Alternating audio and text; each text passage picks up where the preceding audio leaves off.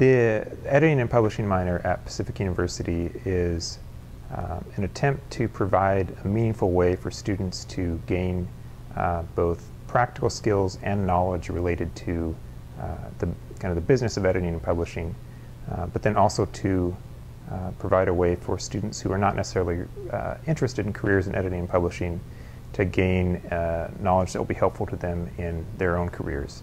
Because skills of writing and editing and knowing how information is presented are helpful in any discipline in any career. I like to think of my students as digital solutions providers rather than trying to box them into a certain field or methodology that they use, like web design, which I think is probably the easiest way to describe what my students do, is because typically a lot of their work is web-based. But to broaden it out to digital solutions provider means they can sit down with anybody that has content or that has information that they're trying to share and find the right solution to share that information based on who the audience is, how it's to be delivered and experienced. So they really think all the way from the beginning of what are the goals that this client or this organization has, and how do I communicate them the best using cutting-edge tools. So the publishing minor in its formal form, the way it is right now, is new here at Pacific, but we've been working on this concept for quite a while. And it combines a theoretical sort of study of how literature works and how you create and how you produce a piece of literary art that someone would read. We're putting it together with a practical application aspect, which is how can the students take something that they study here theoretically and in practice and carry it outward into a job situation beyond here. So we've created a minor that I think allows students to explore ideas yet and to understand how communication works, but at the same time carry marketable skills.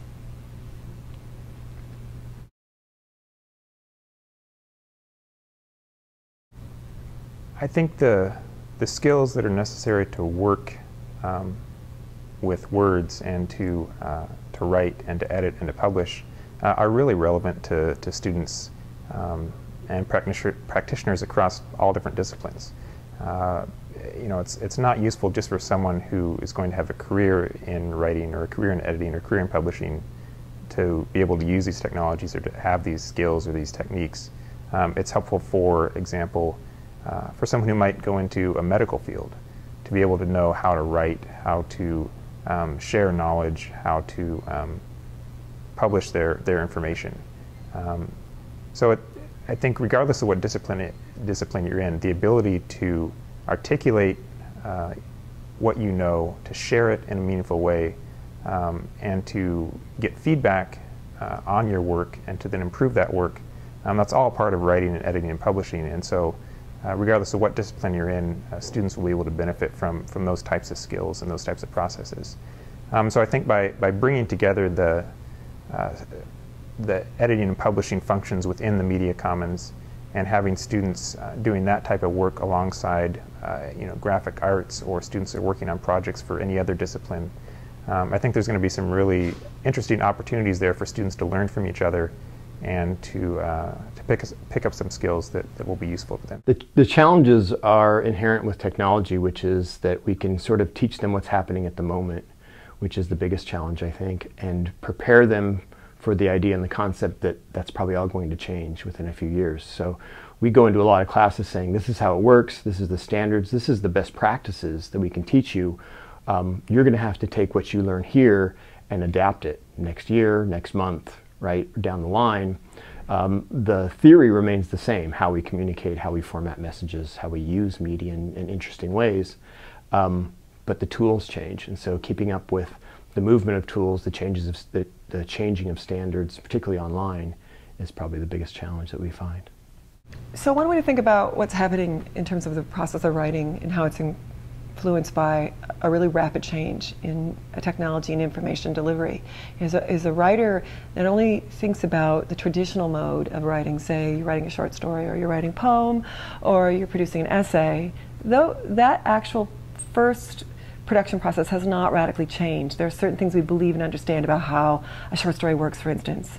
However, because of the influence of technology, the writer will often already be thinking about how that piece would be pitched to someone who you want to read that piece because you now have the technology to reach your audience yourself.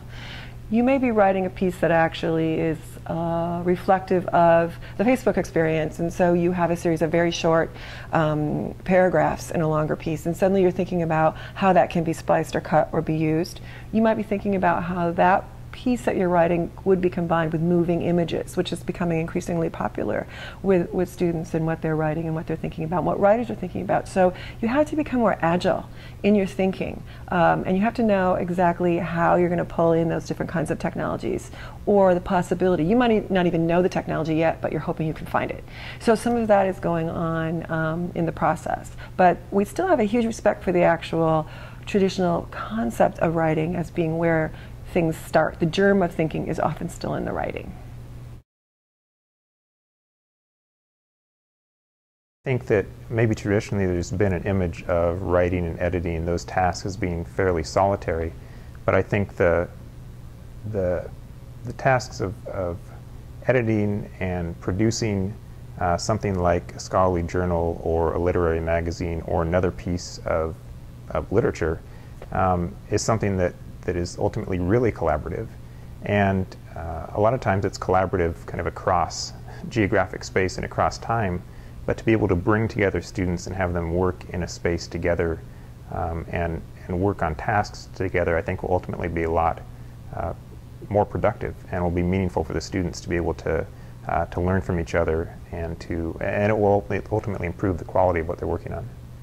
I mean, the idea that all of my students bring a certain set of skills, but the continuum of skills that are required for success in my field are so varied that it's very rare that a student has the one skill. So collaboration is essentially ingrained in what we do. We always put students into teams that involve a variety of skill sets, right? So early on in the program, we sort of assess which students are more on the creative side, which students are more technical, which students are logistical or good planners or just plain good communicators or organizers. And we try to put students in these kind of pods where they can work together. So the idea that we know students have to work together, we know that they have to be multifunctional, again, just requires a certain amount of resources and space that allows those students to work and to really succeed, to share information easily, quickly, and to work collaboratively on projects, you know, around a machine or a number of machines where they're constantly sending information back and forth is really key to how they learn. You know, giving them hands-on tasks that have deadlines and have milestones and have sort of very highly specified outputs, you know, things that they'll create, deliverables, is really key. And the only way the students can do that is to find different ways of working together in spaces to do that in. You need a physical space when you are actually problem solving the production of a larger project, because you will have to sit down at the table together. Because technology, while it's really wonderful, I think it's just still trying to replicate the face-to-face experience. So we try to create more and more refined ways of communicating that really replicates what we know to be most comfortable, which is sitting in a room with 3 or 4 people and talking back and forth and sussing out people's ideas and so forth. Because of the lag time in technology, because some people are incredibly uncomfortable with it yet, it doesn't really, it has its own slowness to it, that face-to-face conversation far outruns. Now, we have a hybrid experience with a lot of our work here, and that's why I'm excited about this space, because our students may sit around a room, or professors and students working on something, but we're constantly checking into technology that helps us either get better answers because we need them flash fire, or we decide we follow a path of reasoning and then we open up and we check our technology and we say, oh, we can't go that way, we need to alter. So it's a kind of human techno moment that we share when we're together. One of the things that I've been trying to do with my course that's included in the minor over the past couple years is to slowly move away from less or from more lecture content to more kind of hands-on activities, and to try and let the students, to a certain extent, teach themselves and teach each other about some of the things that we're examining, like how journal websites are designed, or how journal articles move through the peer review process, how that's facilitated by technology, or again, what an article looks like and how to create an article. And those types of things I think are best learned hands-on in a type of lab environment.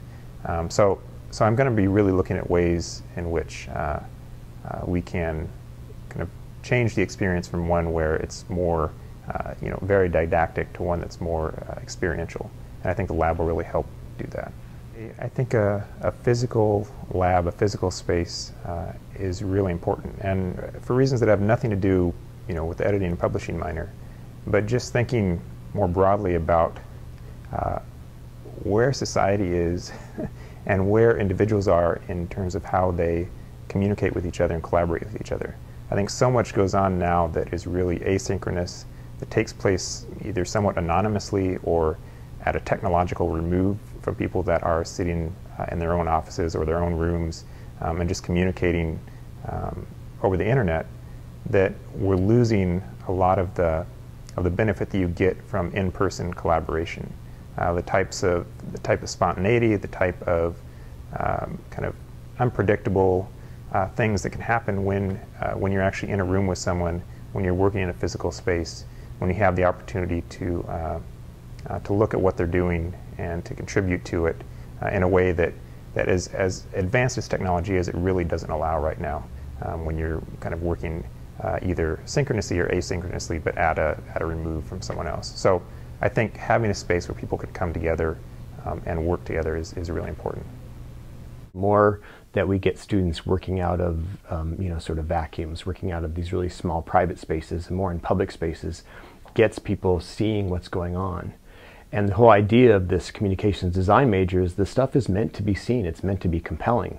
So to put students into a shared space with other students working on other projects, where those projects can sort of be spied on, right? You can be looked at over the shoulder and say, God, what is that? I'd love to be able to include something like that in my research document or in the presentation that I have to give. That would be really much more compelling than this spreadsheet I'm working on or something like that. So this idea that, again, because it's visual information, because it's meant to be compelling, it's going to attract attention, and people are going to be looking around and seeing all this stuff and seeing hopefully some of the excitement that kind of builds around it and wanting to sort of see some of that in their own curriculum, in their own classes, and in their own personal projects. What's really important, I think, for this new space for me is that student-faculty research has become something that we are increasingly obsessed with, which is how can students learn from us and how can we students pursue a line of reasoning that we're influencing, but they're also influencing our thinking at the same time. This space is really exciting in that regard.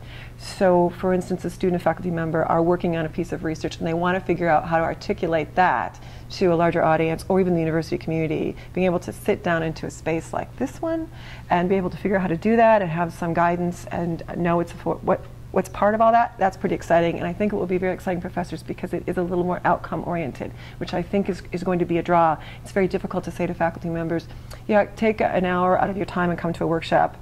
Instead, do you have a project you're working on with students right now? Do you want to find a way to be able to present what you're doing to a larger audience? I think we're listening, and we listen really closely to that. The other reason I'm very excited about that space and the idea of having such a public space for student-faculty work is that it's really a fishbowl experience, which is anybody can walk by and they can see a group at work, and they could possibly see even some of the technology as it's happening. In a lot of our writing instruction, we use that sort of fishbowl experience. I'll have a group of students who actually run through responding to a piece of writing while the rest of the class watches. And you learn by watching others while you're also learning while you're doing it. So I'm excited about the possibility of faculty-student environment in which you could observe, but you could also take part, and you could also show on screens or whatever what's actually being developed there. Ultimately, I think faculty and students learn best in the same way. I think we're dealing, to a certain extent, depending on demographics, there may be some different baseline knowledge of technology, but I think for both faculty and students, experiential learning is the best way to go. And so having this space available for both faculty and students to learn and to have support in that space for faculty and students who are learning how to use different technologies is going to be really important, and will be much more useful than providing asynchronous webinars or providing tutorials that faculty and students can access on their own. I think those things are good for some people and they work for some people, but I think having that kind of in-person experience of a place where someone can go, can play around with the tools, can play around with the technology, and can have some actual human support there to help them through that experience is valuable, whether you're a student or a faculty member. When faculty want to use technology or a media commons type space to implement certain things in classes, new projects, things like that, they really do need to come in and see what's possible. Sometimes having other faculty in their disciplines is an excellent motivation to see what other people are doing. Faculty want to be seen as cutting edge. They know it's a part of their academic career to continue to evolve and continue to learn new tool sets to do what they do.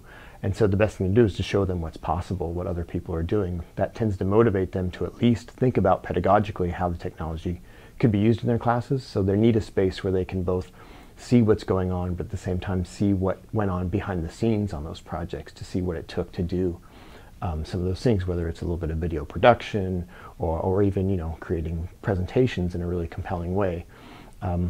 It's not enough just to see it and say, well, that was really novel, but now show me what it took to do that. And so again, there's this two-part process, sort of a show and a tell for faculty. For faculty, we're so much trying to think about how to articulate what we do with students and how to get students to understand what they're learning in the experience with us.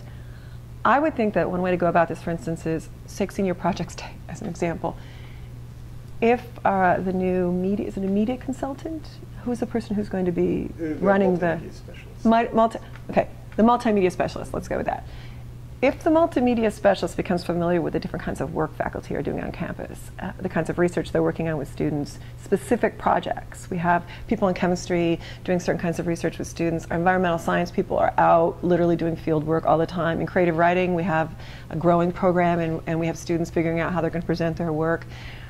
A multimedia specialist could be a great consultant, but also could pull faculty in to try to help them figure out how to make that technology work specifically for the kinds of things that they're doing. That's probably going to be the most effective way, and I think a pretty powerful way for it to work.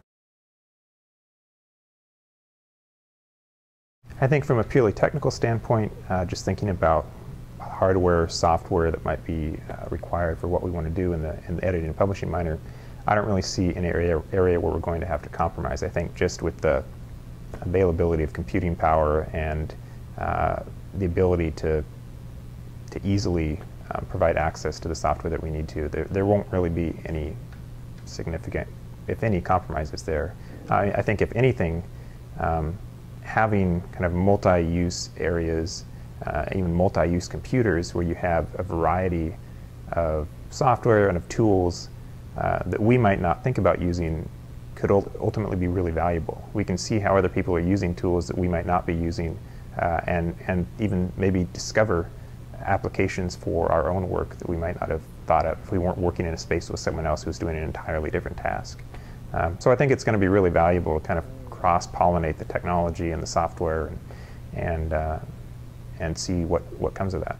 I think that the type of compromise we're talking about with a shared space that serves the whole campus is fairly standard and is the appropriate way to go about these things, because it's fairly unsustainable for a small university to give everybody their own resources like this, to give everybody their own collaborative spaces with their own hardware, their own software packages. The idea of centralization is good as long as there's capacity to serve all the people that might benefit from it. So I don't really, I don't think that there's a compromise or a challenge so long as it's well designed and well managed. So a commons in which you share resources and you share materials and you can see other projects going on simultaneously is a really natural fit for a liberal arts college. So that part, you have to have people who can move across disciplines in order to solve problems and to think. So that's a natural for that kind of space. Even in our minor, though, we have a cross-section of disciplines reflected because students have to be able to write well. They have to visually understand.